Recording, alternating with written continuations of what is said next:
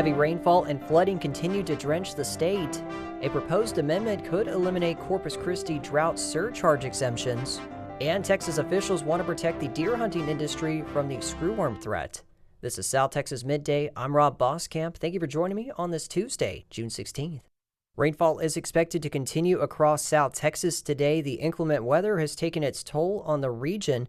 Governor Greg Abbott issued a disaster declaration Monday for over 100 Texas counties due to the heavy rainfall and flooding. Parts of Corpus Christi, Victoria, and the Rio Grande Valley experienced flooded streets and continue to be under flood watch throughout this week.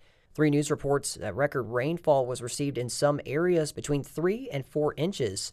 Schools and work sites across the region also announced delays, relocations to remote work, or cancellations due to the weather. Cities like Brownsville are reminding residents to utilize non-emergency service lines like Brownsville's 546 Help Emergency Service Line to report flooding and drainage-related concerns. Regional water reservoirs also received a slim boost from Monday's rainfall. The Texas Water Development Board reports that Lake Corpus Christi is at 28.6% capacity. Choke Canyon Reservoir continues to sit in single digits at 8.3%. In the Rio Grande Valley, the Amistad Reservoir is at 29.4% capacity, with the Falcon Reservoir at 23.8%. And dangerous flooding is unfolding across parts of Texas after heavy rain has drenched the state overnight. Officials are warning the threat could continue for days as storms move across the region. The Texas Newsroom's Lucio Vasquez has more. Non-stop heavy rain has flooded roads and stranded vehicles across much of central Texas. Authorities say they've already conducted several water rescues. National Weather Service meteorologist Cody Lindsay says the storm is expected to shift towards southeast Texas later this week. We're going to be looking at repeated rounds of heavy rainfall potentially impacting southeast Texas, including the Houston metro area as we go through the middle of the week with some potential for heavy rainfall and flash flooding. Lindsay says tropical moisture from Mexico is feeding into the storm system, raising the risk of severe weather not only in Texas but across much of the southern U.S. This includes part of Oklahoma, Arkansas, and Louisiana. I'm Lucio Vasquez in Houston. Keeping on the topic with water, the Corpus Christi Caller-Times reports that advocates are closer to putting an amendment on the November ballot which would eliminate a program allowing larger volume water users to pay a fee to avoid drought surcharges. A petition for the proposal with over 12,000 signatures was submitted Monday to the city secretary's office. The exemption fee program has been in place since 2018. Victoria City Council will meet at 5 p.m. today at their council chambers. 6 consent agenda items are on this week's schedule. In addition, council members will discuss approving an over $760,000 purchase for the 2026 water meter replacement project. The assistant city manager will also deliver an overview on emergency management contracts. Victoria City Council meets on the first and third Tuesdays of each month. Meetings are live streamed online at victoriatx.gov and on YouTube at Victoria Texas Videos.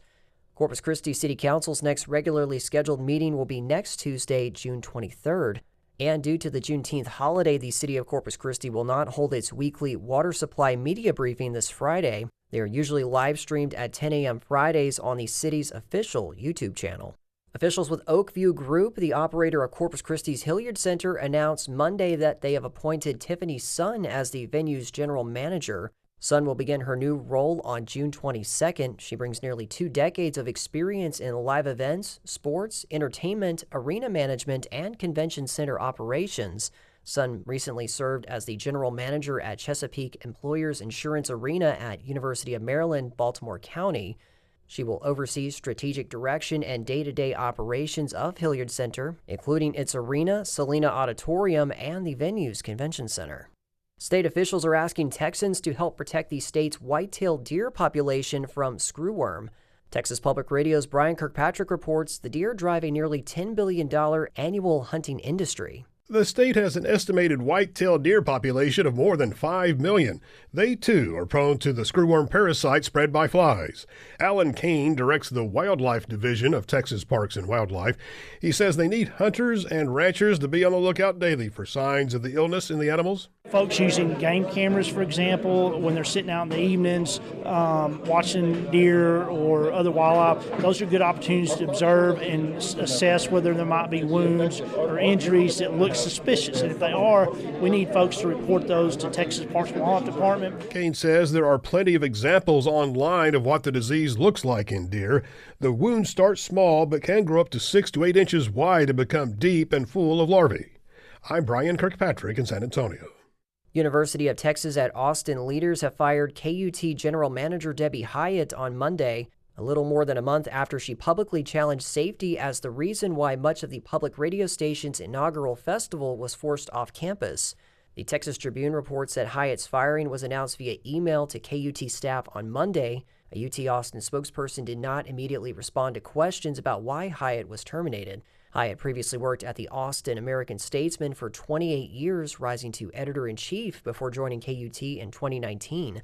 In an interview with the Texas Tribune, Hyatt said she was called into a meeting on Monday afternoon with UT staff members. She described being presented with 2 letters to choose from. One was a letter of resignation written for her, and the other was a letter of termination stating that officials had, quote, lost confidence in Hyatt after the KUT festival. Hyatt chose the termination letter.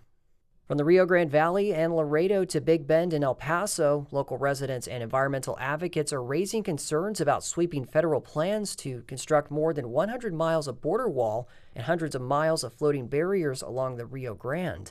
Texas Public Radio's Tim Gutierrez reports. Federal officials are moving ahead with border infrastructure projects across South and West Texas, saying the work will help close gaps in the border barrier system and support Border Patrol operations. In the Laredo area, plans call for a border wall and floating barriers along the Rio Grande. Tricia Cortez, executive director of the Rio Grande International Study Center, says the proposed wall and buoy system could increase flooding risks for Laredo residents. And for a place like Laredo that's extremely urbanized with 260,000 people, the most frightening part of this dangerous wall and buoy system is the conclusion that it will lead to inevitable systems failures and catastrophic flooding. This is a life or death situation. Further west, construction crews have already arrived near Big Bend National Park.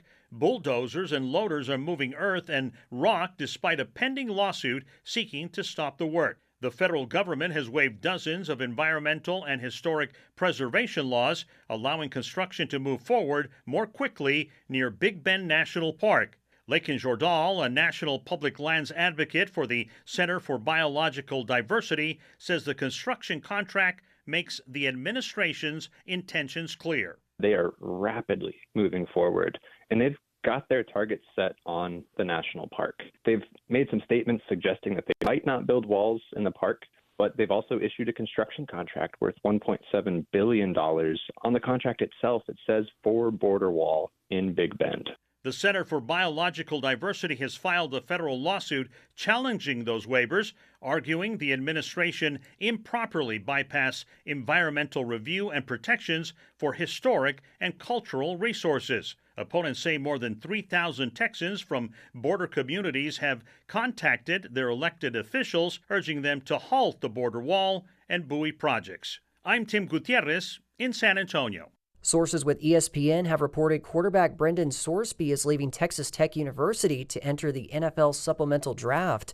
The parting of ways was confirmed in statements from Texas Tech University leadership Monday evening.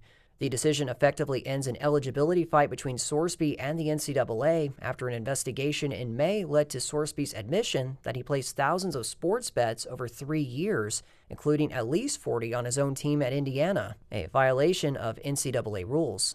The move also sidesteps a potential legal battle for Texas Tech University and the Big 12 Conference. Sorsby's draft announcement comes hours after lawyers for the Big 12 filed a 47-page complaint in federal court seeking legal confirmation to potentially impose sanctions against Texas Tech if Sorsby was allowed to play.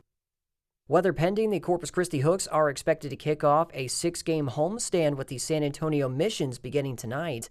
The Hooks currently sit in 4th place in the first half of the Texas League South standings with a 29-34 record. The Missions are only a few games behind. First pitch for tonight's game is set for 6:35 p.m. And in Texas Collegiate League baseball action, the Victoria Generals are on the road today and tomorrow to face the Abilene Flying Bison. And that will be a battle of the top 2 teams in the league. The Generals are currently 8-4 this season. The Flying Bison are 6-3. The Generals return home to Riverside Stadium Thursday for back-to-back home series, first with the Sherman Shadowcats on Thursday and Friday, then the San Antonio River Monsters on Saturday and Sunday. And that is the latest news and information on South Texas Midday. I'm Rob Boskamp. Your community arts calendar and more is on the way.